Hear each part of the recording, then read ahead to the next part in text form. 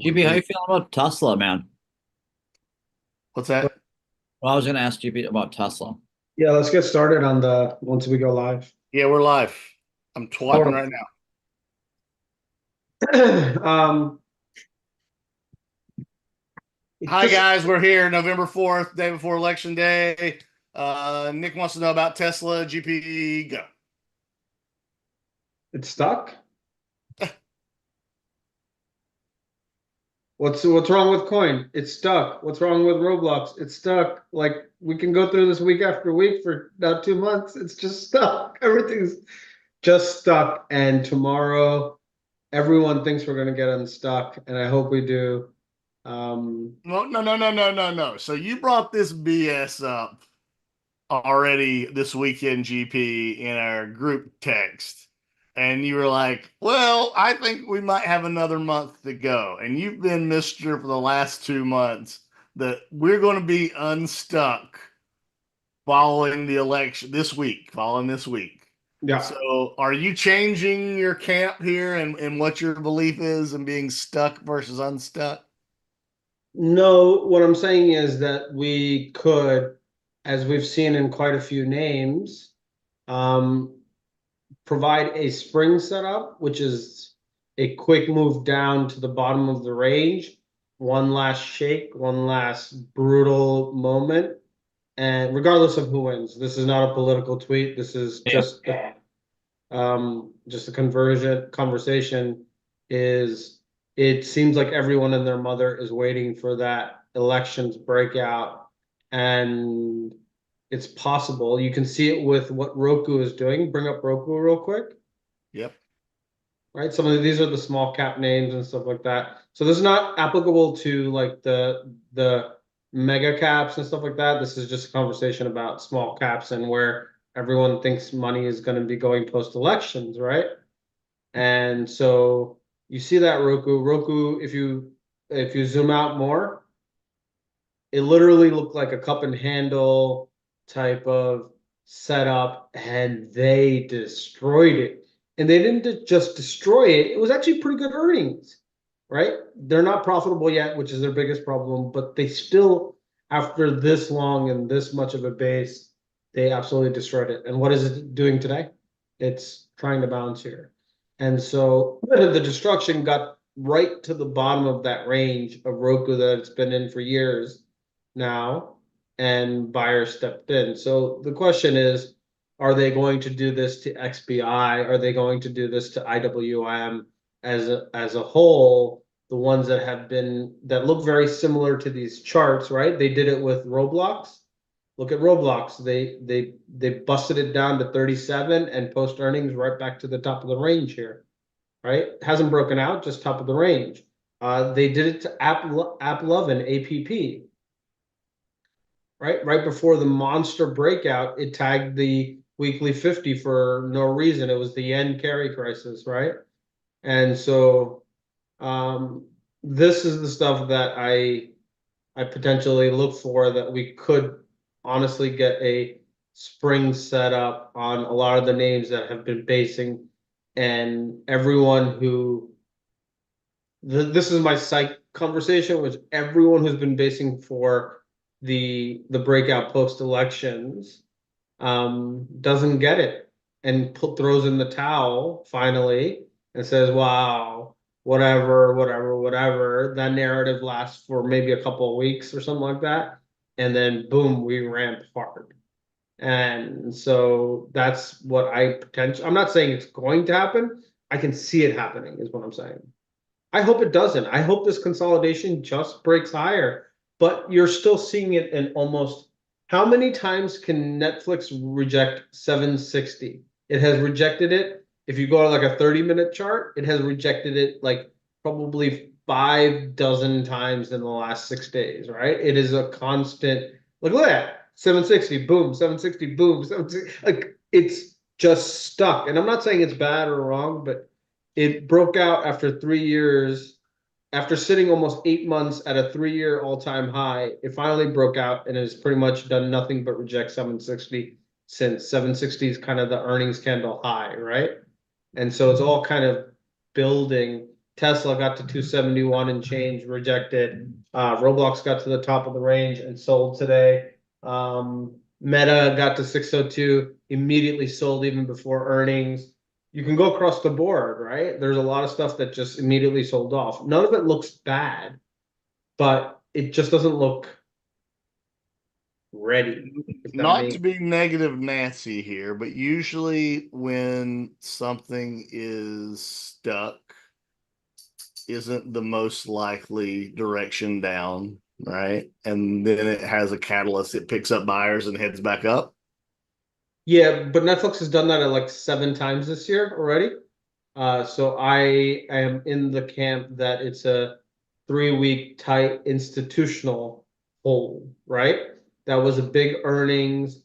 That was buyers stepped in pretty damn hard on that, and they've kept it tight for 3 weeks, which is Can Slim, William O'Neill institutional setup that it's taken this long to get here. They have now accumulated and it's going to push higher. That's my general theme. But anytime I'm bullish on Netflix, it dies by 20% and then recovers in like 2 weeks. But the setup is there, whether it fails or not. It's Netflix, but it's not failing, right? It's just resisting.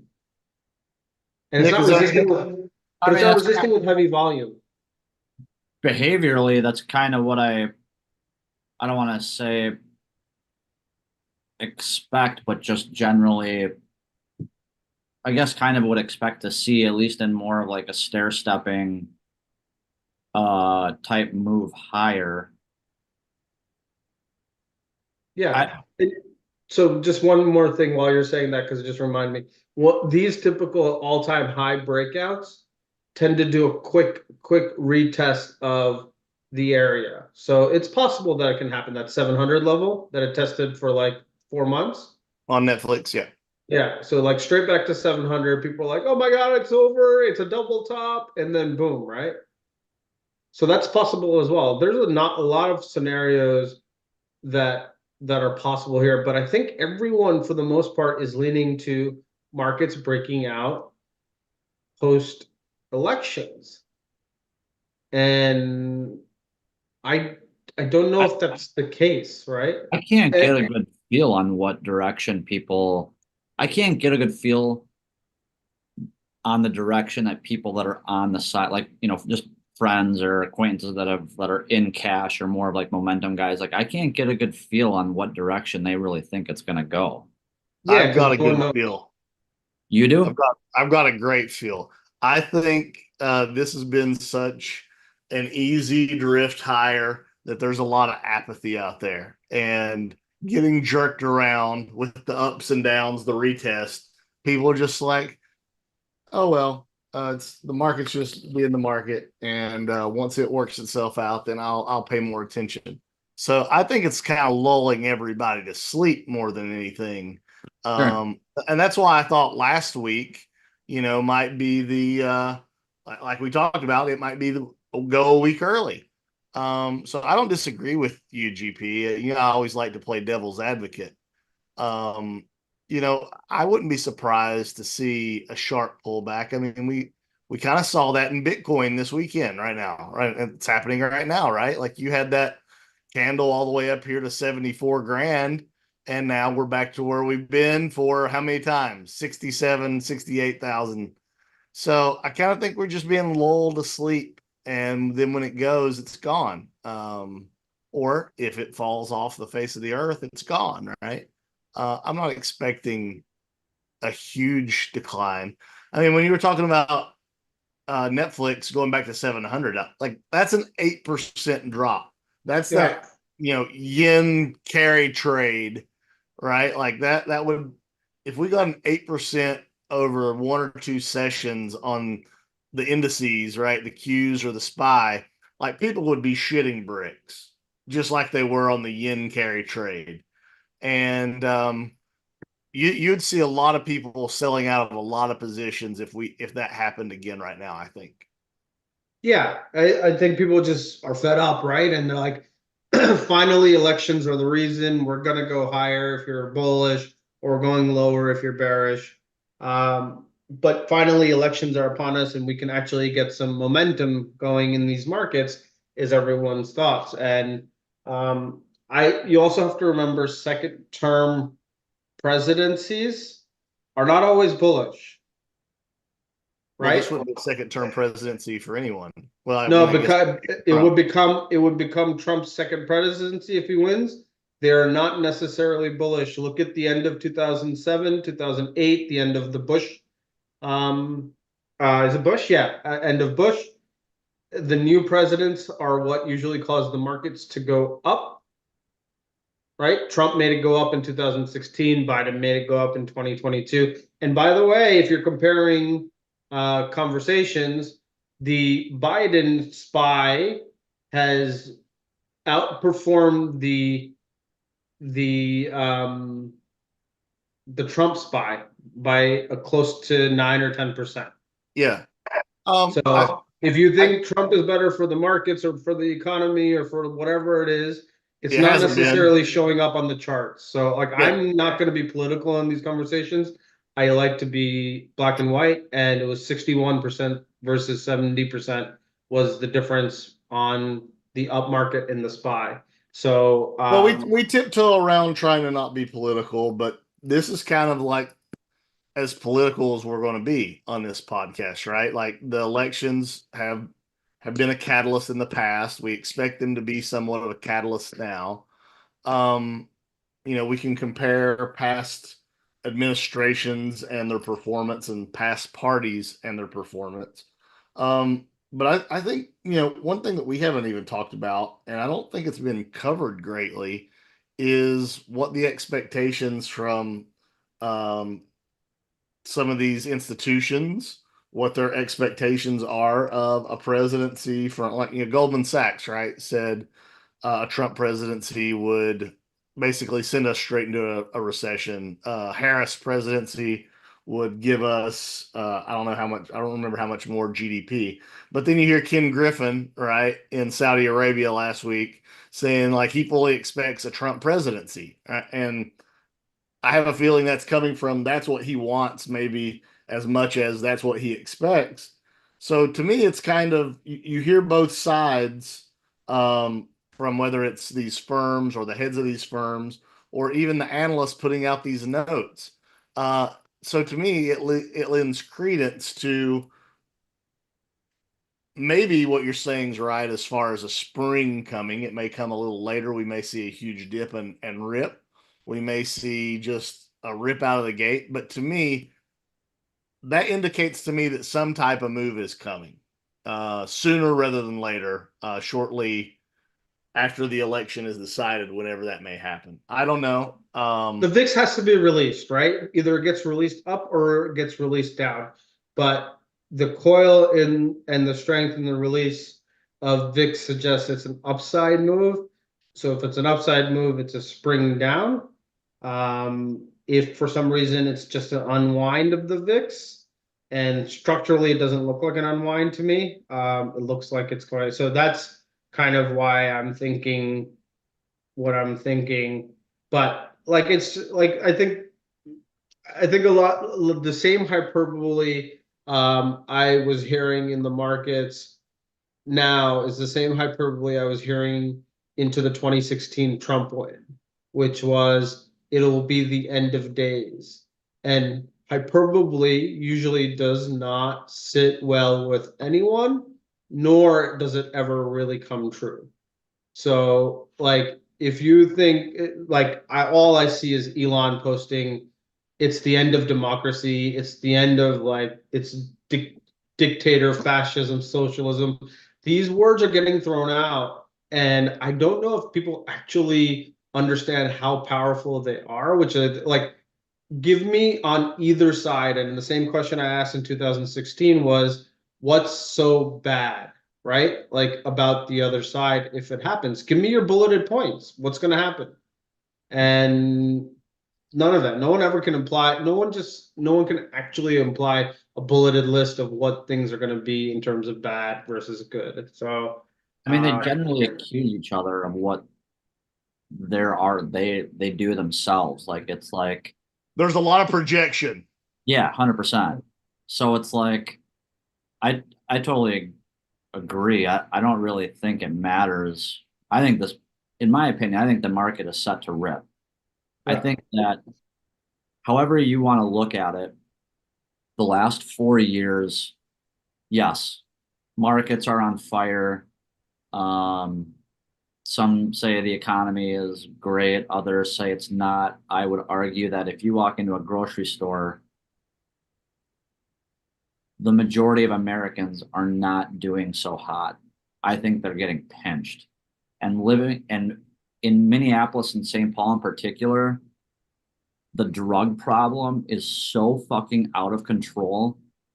Like I don't know if it's the fentanyl or whatever it is between the drugs and the violence. I'm incredibly optimistic. Like I think the positive that's going to come from either party being elected is just that it's fucking over and that we can move on and start to address some of the issues that are happening. And again, like over the course of the last 4 years, let's just say beginning with COVID, stress is the silent killer that nobody is talking about or nobody really talks about. And the amount, like the stress that I think the last 4 years have caused a majority of people, whether we're talking about COVID or we're talking about Trump, Kamala, no matter what the issue is, the amount of fear mongering and stress that's out there is sadly what's bullish for a lot of the things in the market aren't necessarily bullish for humanity. Like, Sounds like you're talking about hymns. I mean, for sure. Like, I mean, I'm not just, yes, like I'm talking about only messing. I'm only messing. all of these like drugs and like the pharmaceutical industry as a whole. We're at an incredibly exciting time, I think, the intersection of like AI, tech, health and wellness, all the different things and information, speed of information, social media. So it's like, I don't know, like it's crazy, I think, how wild it is out there, while at the same time, again, like I'm optimistic just because I feel like it's growing pains. Like what we're going through is growing pains. And I don't know. We're all trying to argue about how we're all trying to argue about the proper way to grow, it seems like. Or I don't know. That's just kind of how I feel about it. Like Yeah, no, Nick, I think from like a personal wealth and affordability, like I think you're not wrong. I think that there's a lot of that out there. I think there is fear mongering on both sides. I mean, yeah, people are getting pinched at the grocery store. And the wealthiest are still far out. It doesn't affect them, right? So I think that is, I think that's reality. I also think that there is, what am I trying to say? I I think that when you look at the markets and you try to, whoever you decide to vote for or whoever you decide to support, uh, most of the time we inherently back our own self-interest, right? Or what we believe to be our own self-interest. Um, and every CEO is across the political spectrum, but at the end of the day, the gap between them and the workforce is tremendous, and I don't know how either candidate corrects that or begins to even that playing field, I because kind of again, think it's gonna come what comes after this term is really what we're gonna see. Like both parties are so divisive that I mean I think we are gonna start to see some acceleration in some things, but I think the aftermath and how this all shakes out is really gonna, I guess in my Yeah. mind, I hope I really mean, is. we're talking about Yeah. groceries, right? And I know that's been a talking point of the Harris administration, but it's not just groceries, right? It's insurance, right? I mean, when inflation was at its peak, it was energy, right? Gasoline. And that's stuff that people use every day. But things that maybe you don't use every day, like your insurance, right? Like your property taxes, right? Like those are things that all of a sudden is like, how much did we pay for this? Holy cow, that's insane now, right? So I think those are the things that really grab people more in the end. Of course, paying for groceries, if a let's just use simple math. If a pack of hot dogs $4 and all of a sudden a pack of hot dogs $7, like that's almost 100% increase. What happened to make those hot dogs more expensive? There hasn't been a lot changed to make those hot dogs more Labor. expensive. Well, Labor and too. So like here, I'll give you an example. I have a like a vestibule in front of my house, right? It's a 1920s house. It's 4 feet wide and maybe 10 feet tall. And it's probably with someone experienced, is probably like a day or two's worth of work, right? And I'm talking about repointing the mortar. And I got a quote, and the guy came back at $6,000, and I was like, in what fucking world do you think this justifies it? Like I'll pay for the experience. I'm not talking about that and the work, but what makes you think at any point in time that 2 days worth of work is going to be $3,000 a day? That's more than what lawyers get paid. That is what more than doctors get paid. And so I think it's labor, and everyone's Yeah. trying to get their justice out of all this stuff. Like that's what's causing a lot of the prices to remain pretty high, right? Like, and you're not going because to we be able keep to go back. buying, we keep consuming, yeah, regardless of what it is, or if Well, I it's said no, and I'll just do it myself because I'm like, dude, like even if it's shitty and I have to redo it in 4 years, that's still better than spending $6,000 on maybe 2 days worth of work. And I think people just come out and like this is how they pick prices. Like, what's the price where I can charge where people are like, hey, this looks like a right price. And it's like, dude, do the work. What is it, 30 hours worth of work at $150 an hour? It's still only $4,500. How are we at six, right? Like I understand it's physical. I understand his experience. I think and I'm not picking on him. He's doing his business. He's doing well. sure. He's really good. But I'm just saying, I think it's labor in terms of Oh yeah. costs, He's right? People are like, I need to do an outlet. Oh, that'll be $300, and you're like, say what? Like an outlet, which is trimming the wires and putting in a new box, which costs $2 to $5. you're no longer paying for just the knowledge, you're paying for like the convenience factor and the fact that like you don't want to do it yourself. And if you don't, like if you don't want to pay it, not you, the universal you, like all right, I'll go to the next one. Like there's an infinite supply out there right now of people that just they won't do it. Yeah, and they're not going to come for small jobs either, right? That's the bigger part too. So like, but yeah, I think a big part of this stuff is labor.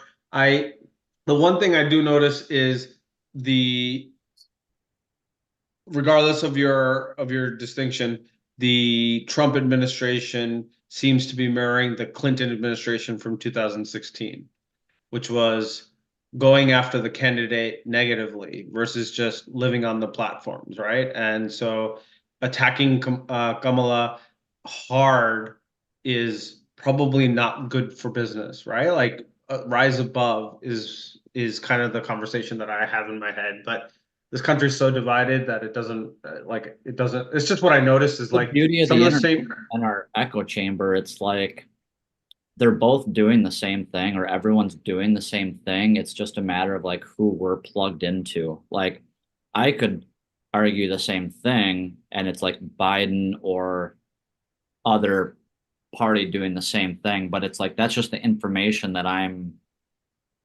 like gathering or like the algorithm is feeding me Yeah. when yeah, I mean I'm not disagreeing with you at all. I'm just Most of my algorithm is feeding me Elon crap because it's fucking X.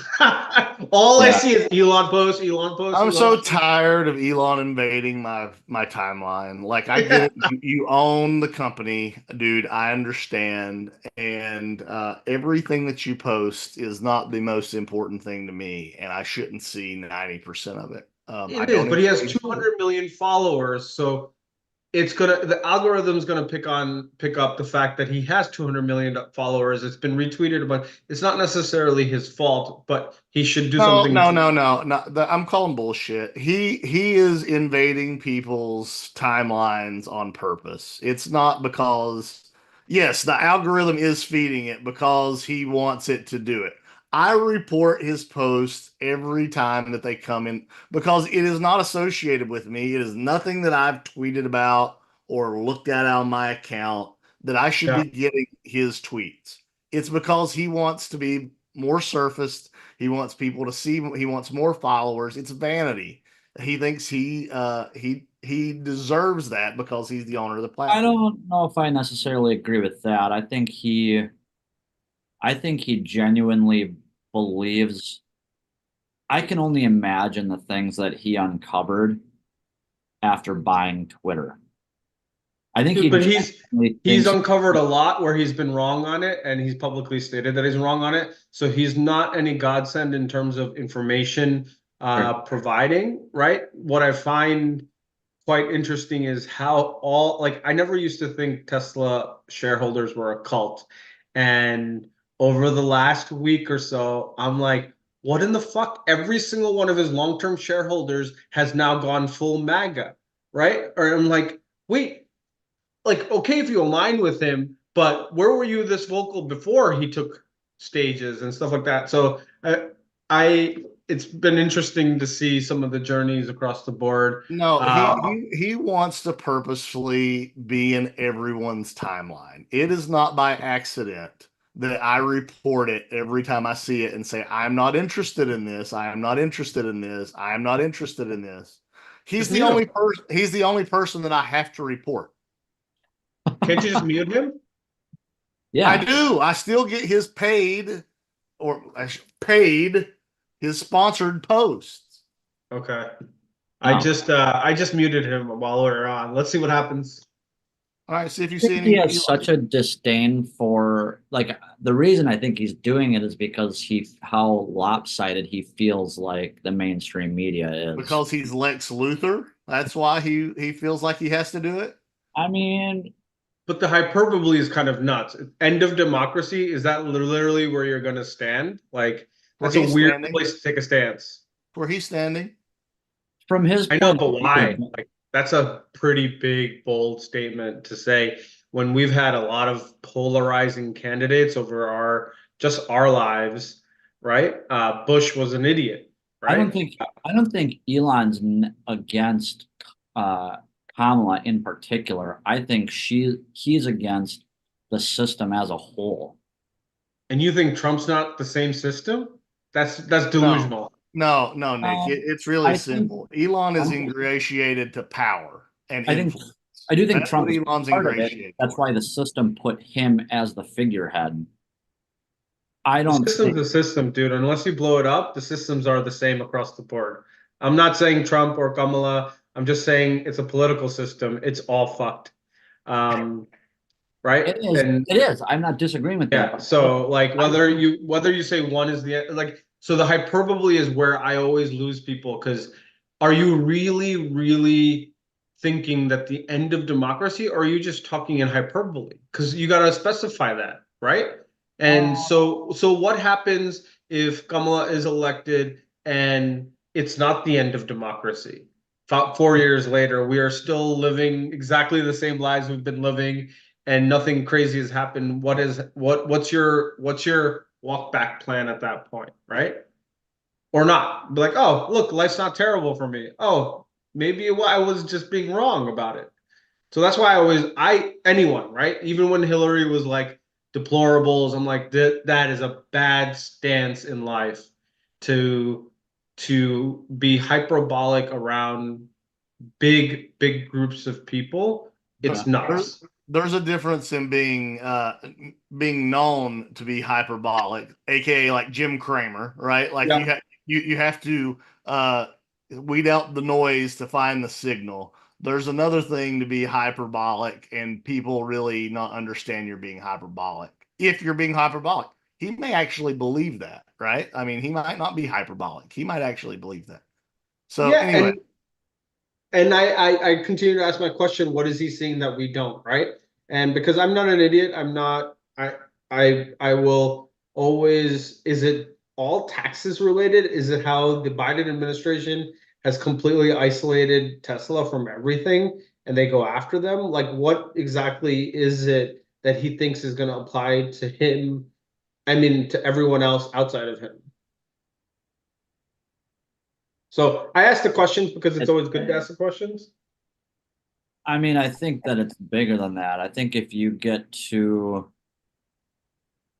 I think that it is I think when you reach a certain level of wealth and develop a God complex, I think that this planet as a whole becomes your own personal chessboard, and it is a complete ego thing.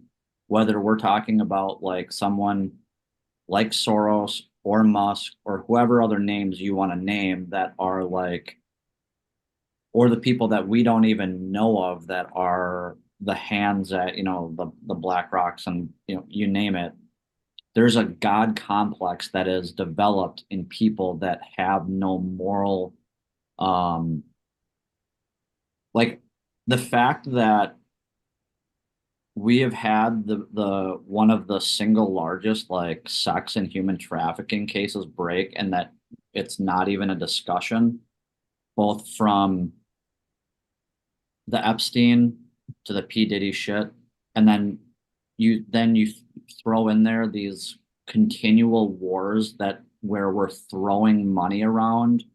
Like there's so many things that I think people are upset about, or maybe some people are not and just not aware of it. But I think that is the stance that Elon is taking. Like I think he's trying to get a message out there. It's kind of like the same thing with like Trump, right? Like, yes, he could be part of this, back and forthness, but if Trump would not have been in office, not a single person would be questioning the narrative that they're being given on CNN or Fox or wherever you're getting your news from. If it wasn't for Trump, we would not be questioning it. And I think that is like a major, major problem. And that's what Elon is. I think that's what he's fighting. Yes, he could. I mean, it could be an ego thing too. Like he wants the power and the money or all the things. Again, to your point, GP, like, dude, I only know what I only know what I think I know. Like to even begin to say that we have a clue as to what is really going on, like I don't know. I can boil it down for you, right? In my opinion, it has and always will be a zero-sum game about money and power, Sure. and that is a human thing. That is not a party thing. That is a stance. There are good humans that can balance that. I'm not saying there aren't, but when you're sitting at the tippy top, it is a money and power thing. The Yeah. God complex, the ego is all related to that stuff. I fundamentally think Elon is a good person. I think he's shown over over 15 years that he has, on an overall viewpoint, humanity in his mindset. I think some of it can get warped, as we've seen many times. Do you remember his hyperbole in 2020 or 20, whenever that was, when he was like, oh, it was April Fool's joke, right? Tesla's going to go bankrupt in a stock that was talking about going bankrupt. He's like, yes, we're going to go bankrupt, right? So I think his hyperbole is has been there always. His God complex is part of his. You can call it God complex. I think it's, personally, he's trying to be better for humanity. So I don't like to call it a God complex. And while you're doing that, you sometimes fuck it up, and sometimes you get it right. So the Yeah. question, if we want to bring it all the way back, is what if I told you, regardless of who wins, Tesla takes out all-time highs by December? Will it matter? Yeah. Then is all of this like, I think most of us just care about Tesla going higher and they don't give a shit about any of this stuff. Yeah. Right? So ultimately it's about money. Bef- And Before, so yeah, go before ahead. pod started, or I think it was before it started, I can't remember now, but I had kind of said to you, Ben, I was like, man, I'm taking a totally, completely different approach to politics. Like, I am as guilty as anybody that I want to chirp at, but when it comes to the local county and state stuff, um, I am not even remotely close to as knowledgeable as I want to be.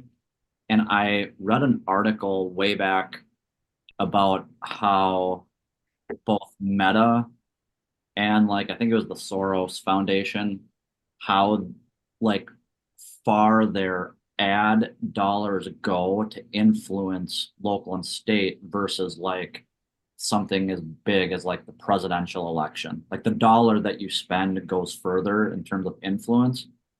And it really had me thinking, I'm like, dude, if what we're seeing in all of this stuff is all of this divisiveness, then what we're really called to do in terms of like unifying is really focusing on like our small communities, like our communities are again like back to county, state, local stuff. And if you're not happy or we're not happy with how things are going, no matter what the issue may be, like start taking an interest in the local in the county and state. All elections are local, right? Because I Yeah, mean, it comes right back to ultimately most people are voting their own self-interest. yeah, I mean, that's just inherently human nature, right?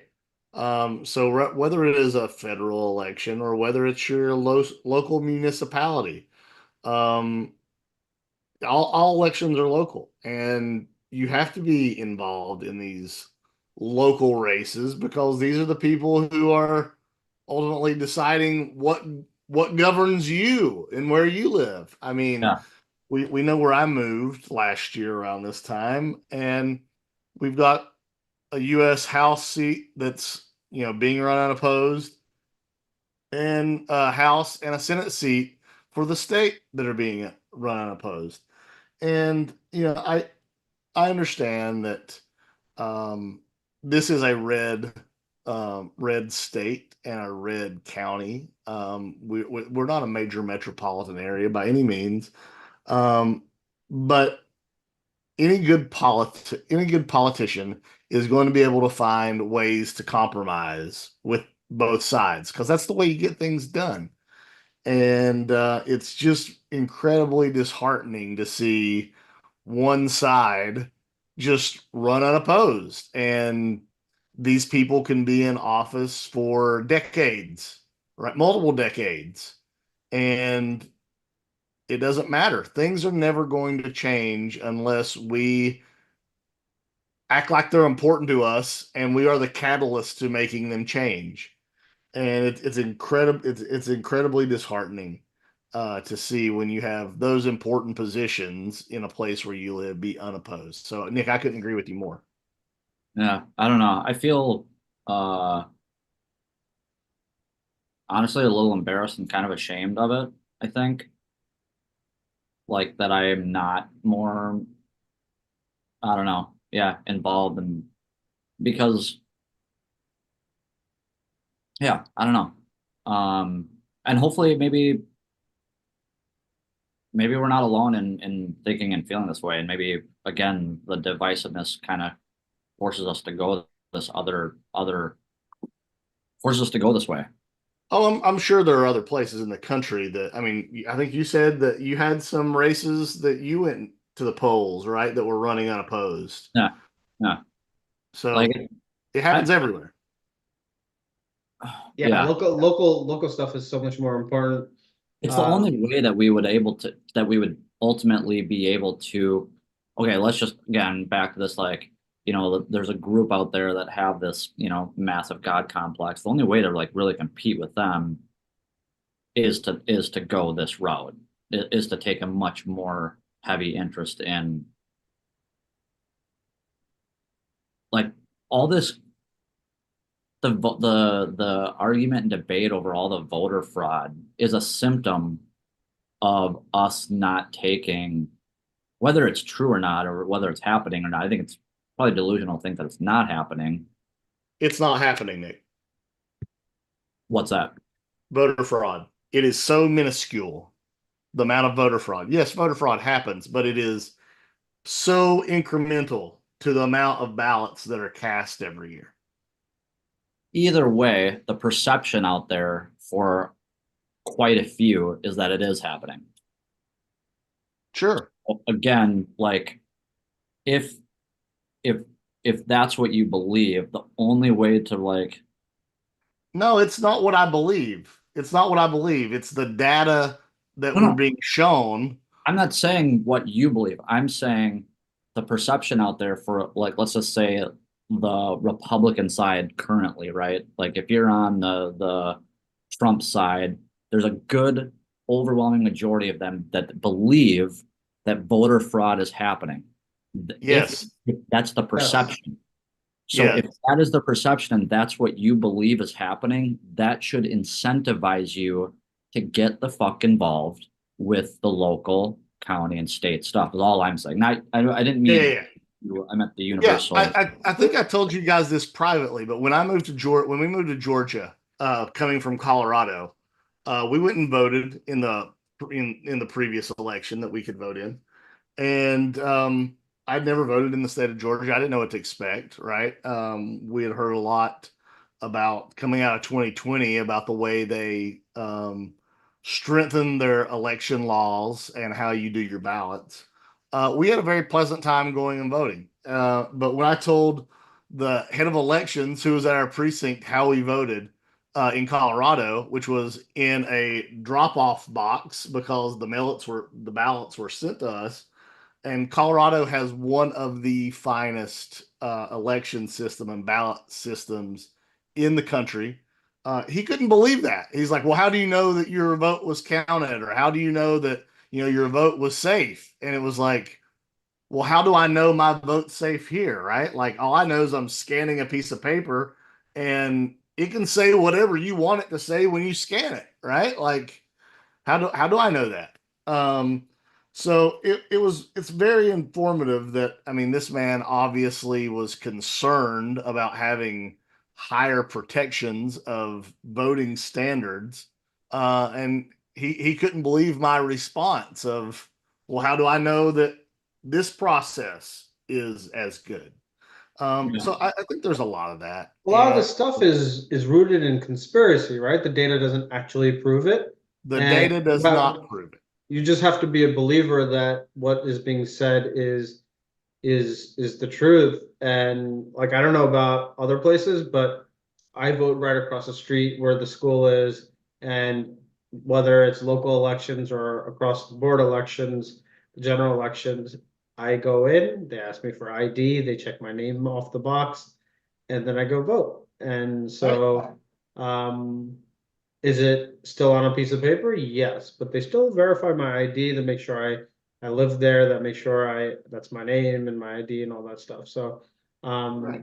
I don't know where people are experiencing this. I haven't experienced it I mean, I anywhere. haven't found firsthand. I have a kid that works for me Yeah. that was more or less paid like 38 bucks an hour, 30 bucks an hour to go door to door. And basically, this could have been uh, exaggerated, but more or less explain to people how to mail in ballots. And on top of that, how the head of household can more or less vote for their entire household. That's like saying, like, my wife wants to vote for Kamala and I want to vote for Trump, like me taking both ballots, filling out for Trump and mailing it in. Okay. But if there's like, I don't know, 200 million people who vote, and that's like 10,000 of those, it's like less than a standard deviation of 0.01%, right? So it's not really fraud. It's just there's always bad actors in every set of every group. Well, Yeah. and So it's like the guy who received the ballots in the mail during 2020 for his deceased parents, right? and he went ahead and filled them out. Well, yeah, those votes got sit in, but then the state knocked on his door and put him under arrest, right? Because they culled the rolls and saw that those folks were dead. Where were these ballots sent? They were sent to his house. Who's living at that house? He ended up sending in 3 ballots, right? So, like, yes, these things do happen. To say that, there is no fraud is not factual, but the amount of fraud is so minuscule, you may as well say there's no fraud. The amount of fraud that's happening is not changing races, right? Everything's And that's So sensational. like this conversation always reminds me of like, so I grew up Indian, obviously, and we believe in, it's a completely different topic, but we believe in a lot of Ayurvedic holistic medicine, right? And my mom was a a doctor, so we quite often had a dichotomy that happened in the conversation. It's like, well, this is Western medicine versus Eastern medicine. If you talk to most doctors, if there's no study or proven results, right, to say this medicine works, then it's not a viable medicine. And there's a lot of, I know it's a little left of center, but it reminds me of that conversation. I don't think there's ever an answer here. Is like, if you believe it works, it works. If you believe there's fraud, there's fraud. Like, it's just like there's I would believe. medicine, right? It's whatever you want to believe. The data doesn't support, just the way studies don't support that vitamin C is good for you because whatever reason, right? Like Yeah. it's it's a different, maybe not vitamin C, terrible example, but what I'm saying is like the data doesn't support the view. So you're ultimately wrong when it comes to the data. Doesn't mean you're wrong in terms of the truth, right? There could be more conspiracy going on. We don't know, but right now the data doesn't suggest that, right, Ben? So I think it's one of those conversations that if you're arguing a debate, you're wholeheartedly wrong. Whether you're questioning it, it's possible, right? So sure. Well, I mean, I've got it in the chat right now with Vince. Some states don't require ID to vote. Some do. Some states allow undocumented immigrants to vote in local elections where they live, right? States and local municipalities. So I think at the end of the day, one thing that is touted is we allow the people in their states or their regions to decide what it is that they want as their rules to go by. And I don't think that there's a one size fits all answer for that. And as far as, fraud, it is very, very small. And we can argue about that or discuss that until the cows come home, but the data that we have and are provided doesn't show any significant amount of fraud happening in any level of election in this country. So, but you know, it's also weird to assume that fraud is only happening on one side, right? It's only on the sure, Democratic side, 100%. or like, so Yeah, that's the part that I don't like. Like, what? Okay, fine, you're right about fraud. You don't think it's everywhere? You think it's just one set of people and everyone else is fucking golden? Fuck out of here, right? Like, it's like if you're gonna be Well, bad, there's bad people on both sides of the parties. I don't like like now you're getting me I'm getting myself heated up because of the hyperbole, right? Like, it's just if you're going to commit to one stance, the stance applies to both parties. It's not a exactly. person specific conversation, right? It's not like, oh, it's only fraud because it's Kamala and it's not And fraud because it's Trump, and we're right? not seeing these elected officials resign because they were fraudulently elected, right? Like no one, it was a fraud election. Well, you still got elected. Well, I guess it wasn't a fraud, right? Like, So please just let common sense guide you, right? Like, that's kind of where I'm so well, thankful. common isn't common anymore. But Oh, it's 100% common. That's bullshit, right? It's been common sense for fucking generations, right? Like, you don't put your hand on a hot stove. It's common sure, fucking sense that hasn't changed. So, common sense hasn't changed. Maybe your definition, not your definition, Nick, but the the universe. general Yeah. Jeff definition of common sense has, but like You don't punch someone while walking down the street. That's common sense, right? Like it's just normal. You don't poop in public because that is common sense. You don't pee in a public area. If you do, you try to find a hidden area to go pee in. Yes, there are some individuals in San Francisco and across the country that people do, but most likely 9 out of 10 people will find a hidden corner to go pee in, right? So common sense, I think, is Guilty. yeah, yeah, dude, we all are. We've drank. So if you're a drinker, at some point in time, you've had to pee in public, but you don't try to just do it willy-nilly right in the open in the middle of the street. So that's all I'm saying. Common sense still exists. Hey, I we got about 5 more minutes left of this This awesome is what happens when the markets don't go anywhere for 4 months. 10 10 minutes left actually. We're going to move on from voter fraud. The market has done exactly nothing since we started this call. We were almost this 0.1% down, and that's what we are on the SPY.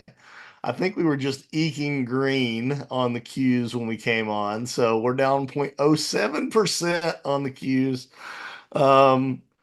So yeah, welcome everyone to the early election edition of the pod. I hope you've enjoyed this spirited conversation between the three of us.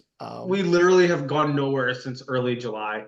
Um, this is what happens. Next week, tune in, and we are going to talk about hopefully the markets. Right?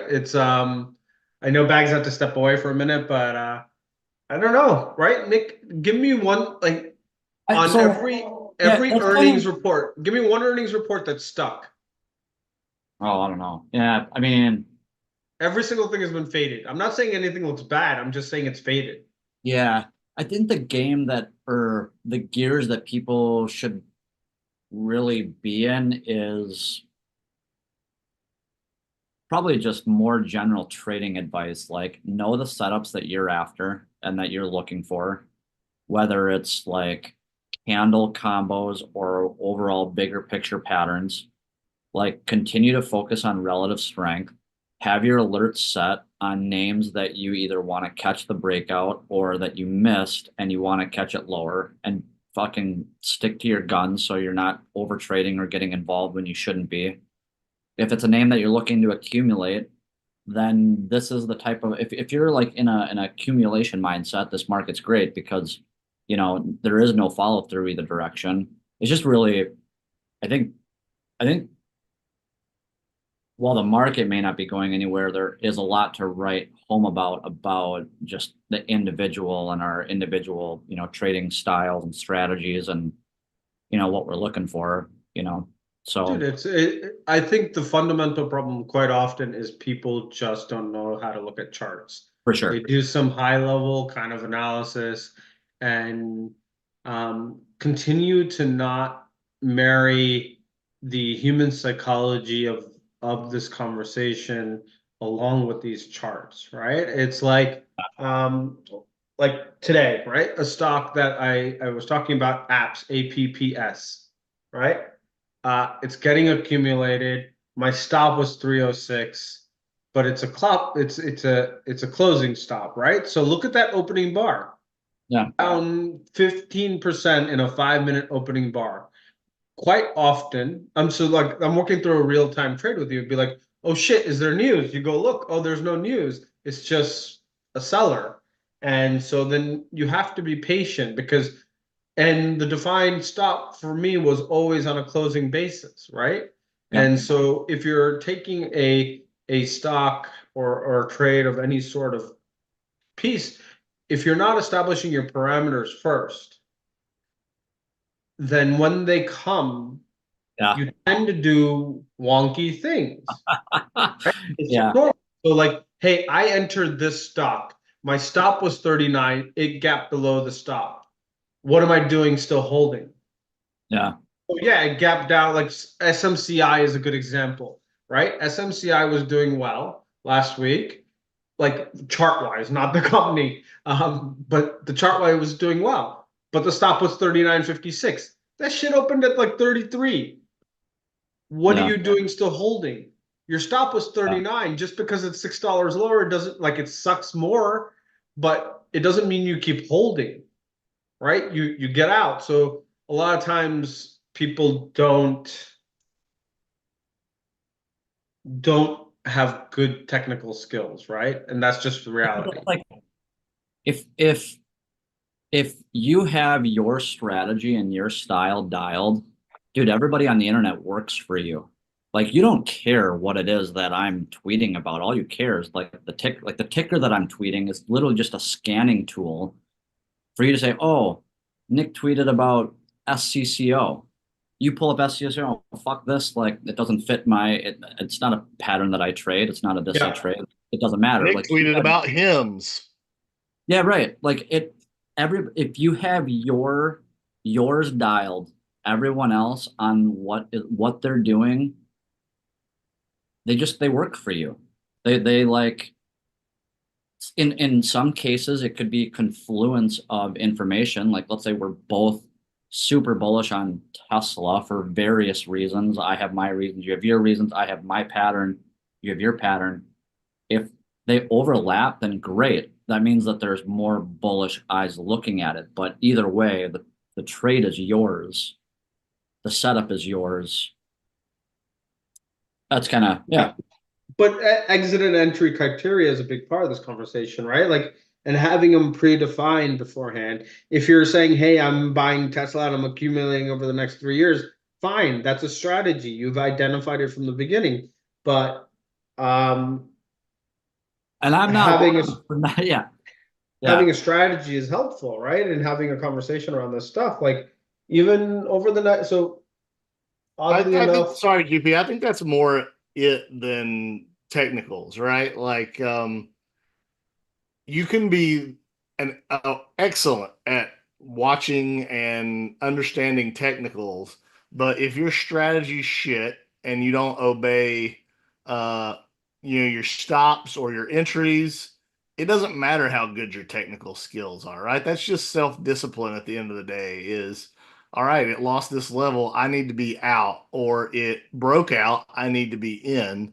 And so many people, regardless of how well they're able to look at a chart or dissect a chart, um, might sit on their hands because pride or ego or misinformed belief or whatever you want, whatever the reasons are, right? But at the end of the day, that self discipline is they didn't trust their charts and technical analysis enough to be able to obey rules that they have set for themselves.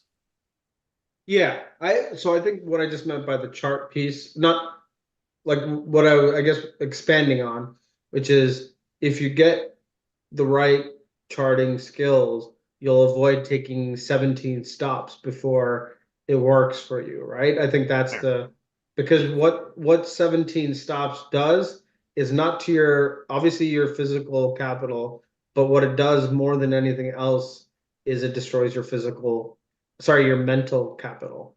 And so once you destroy your mental capital, is now that you're essentially playing on tilt. And what's going to happen, which happens to so many investors over time, is oh, after I sold, it went out. This self-fulfilling prophecy of I can never get the market right is because you're an idiot. Sorry. Hitting from a place of emotional dysregulation. Yeah, but Yes. you destroyed your mental capital, and once you destroy that, you put that stock aside and don't look at it for a few years until you can look at it objectively, or 6 months, however time frame you need. But put it aside. If you've been stopped out 17 times, there's very few people in the trading community that can take it the 18th and not sell too early, Yeah, 100%. right? So just save yourself the anguish that comes from this type of behavior, right? Like, or recognize it's a basing pattern or whatever it is. Just so like get your stuff together before you start, not after you buy. Yeah. All right, fellas, we're at time. Real quick. That's not gonna close at the low days, piece of shit. No, we're not. We're not ready to close. We still Oh. got 45 more minutes. we're ready to close the podcast. One stock or ETF that you want to long or short headed into post election. I'll go first. I made a big position in the IWM. Sure. I took a position in the TNA. Yeah, TNA. That's what I took. Yeah. TNA. That is a good question. I would probably say TLT. You would want to be in TLT or out of TLT? In TLT. And short gold. Short gold. We haven't talked about gold in weeks. Short gold. I can see For why like a you mean want to do reversion that. trade, or are you saying top? It's top. It's too heavy. It's too hot. Look at the monthly. Look at this RSI on the monthly. Isn't the monthly red? Well, right now it is. We're 4 days in. No, I think last month was it red too? No, not on gold. It was Oh up no. 10% or 4%, 10 points last Yeah. month. All right, fellas, I love you. Let's wait 4 more years before we have this election conversation again. Yes. And to Hopefully answer we your don't ever question, have to have it again. That would be great. no, that's exactly what the Republicans think. We'll never have another election again. No, not have another election again. Hopefully cooler heads will prevail and we will be in a position where it's not so divided that we're talking about conspiracy theories and whatever else. I believe I have a strong belief that the American public will get it right and move forward in a way that actually impacts everyone positively. I don't like obviously I have my bias on who I want to win, but I'm still an American at the end of the day. So whoever wins, you get behind and you start following. You do the things that life has to do, right? And so I hope there's more of that and not this contested election stuff. I hope you just accept whoever wins, accept the side and then move forward. You guys know where I live, and you know my politics. There's a lot of people that I have to find common ground with every day. And if I can do it and they can do it with me, it can be done at a wider level and range. Absolutely. I appreciate the conversations with people that, especially like with guys that work for me and stuff. I appreciate the conversations that are non-political, and knowing full well that we have the complete opposite viewpoints. Like as far as just getting to know people, because once the conversations do become political, just recognizing that we're all human and kind of want the same thing, it makes the conversation go a lot better. And the information is received rather than, necessarily feeling divisive or attacked. It's just, yeah, I'm with you guys. Nobody likes to be told they're stupid, right? Yeah. Nobody likes that. That's no way to get any message across is to tell people they're stupid. Yeah, for sure. Or deplorables or garbage. Well, you can use whatever adjective you want, but at the end of the day, you're telling people that you know better than them and they're stupid, right? Like that. That's like I said, I have faith in the public. I have faith in the public that we course correct in a way where, regardless of the outcome, we come together, not further divide. I have faith that we'll be right back here next week, probably the same time, but unless my brown ass gets deported. You've got papers, you're fine. Love you guys. I have no clue. Right now, I don't know if I look like I have papers. Well, just don't be out there. Maybe trim up the stash and the goatee a little bit. I don't know. I'll text you some advice on how. I was thinking about putting on one of the turbans too, just to get the full. Yeah, no, you're asking for it then, buddy. Absolutely, because that's just how I roll. So it's All right, all guys. good, guys. Have Love a good you. one. Peace. Regardless of where I am, I'll still be on a podcast. 'Cause Yeah. All it's right. global. All right.